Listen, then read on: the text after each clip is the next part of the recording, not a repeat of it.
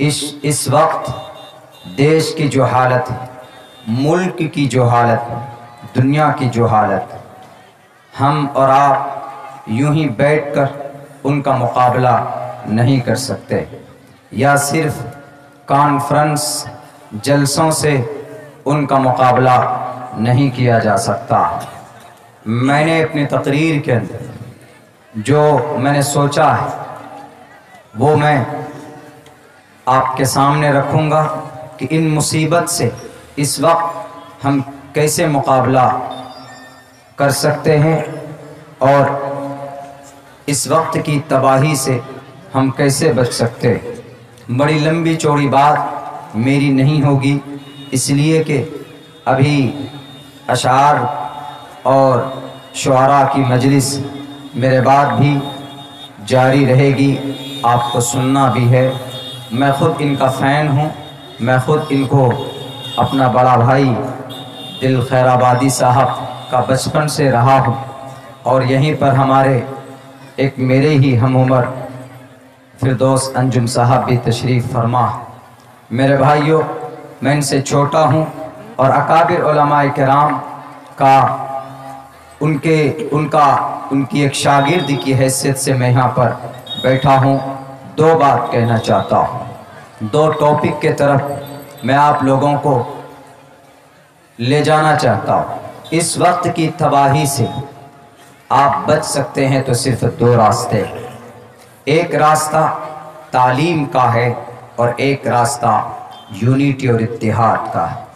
اگر یہ دو چیز آپ نے اپنائی تو معاشرے کی بھی اصلاح ہو سکتی ہے، پورے اسٹیٹ، پوری کنٹری، پوری دنیا کی اصلاح ہو سکتی۔ اگر یہ دو چیز نہیں ہے تو آپ لاکھ کوشش کر لیں، آپ لاکھ تحریکیں چلائیں، پروٹیسٹ کر لیں،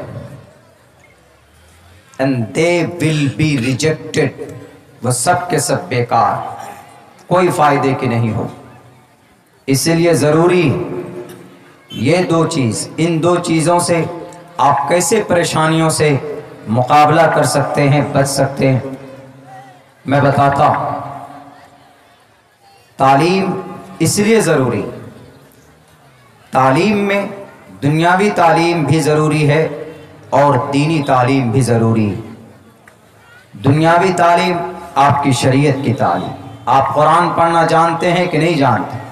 If you want to success in the world and after here and to the day of judgment, if you want to be the great person in the sight of Allah subhanahu wa ta'ala, you must to follow, you must to educate to yourself، آپ اپنے آپ کو سدھاریے اللہ کی نظر میں، then definitely you will success in the world and after here، آپ یہاں بھی کامیاب، مرنے کے بعد بھی کامیاب۔ من اطاع اللہ ورسول فقد فاز، جس آدمی نے اللہ اور اس کے رسول کی اتباع کی یقیناً قد فاز۔ قد عربک ورڈ ہے، ماضی میں استعمال ہوتا ہے تو یقین کا معنی دیتا، اللہ نے قرآن میں استعمال کی، جس نے اللہ اور اس کے رسول کو مانا یقیناً وہ آدمی کامیاب ہوا۔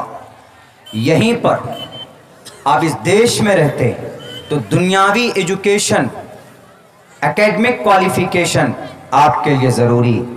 مثال کے طور پر سمویدھان، قانون، بلاک، ڈسٹرکٹ، بہت ساری چیز پروسیس ہیں۔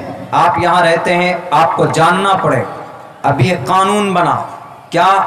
لو جہاد کے اوپر، اتر پردیش میں بنایا ہے۔ یو نو لاٹ آف، ہم میں سے بہت سے لوگ نہیں جانتے ہیں کہ لو جہاد ہے کیا، what is the definition of love جہاد۔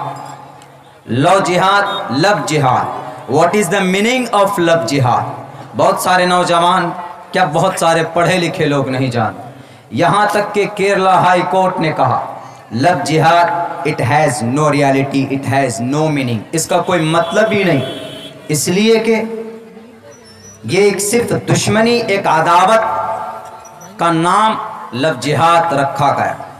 آپ جانیں گے کہ لو جہاد کیا ہے، لفظ جہاد کیا ہے، تو آپ کو اکیڈمک کوالیفیکیشن ضروری، اسکول کی تعلیم آپ کے لیے ضروری بن جاتی، اور آپ کر سکتے، حاصل کر سکتے، کوئی گناہ نہیں۔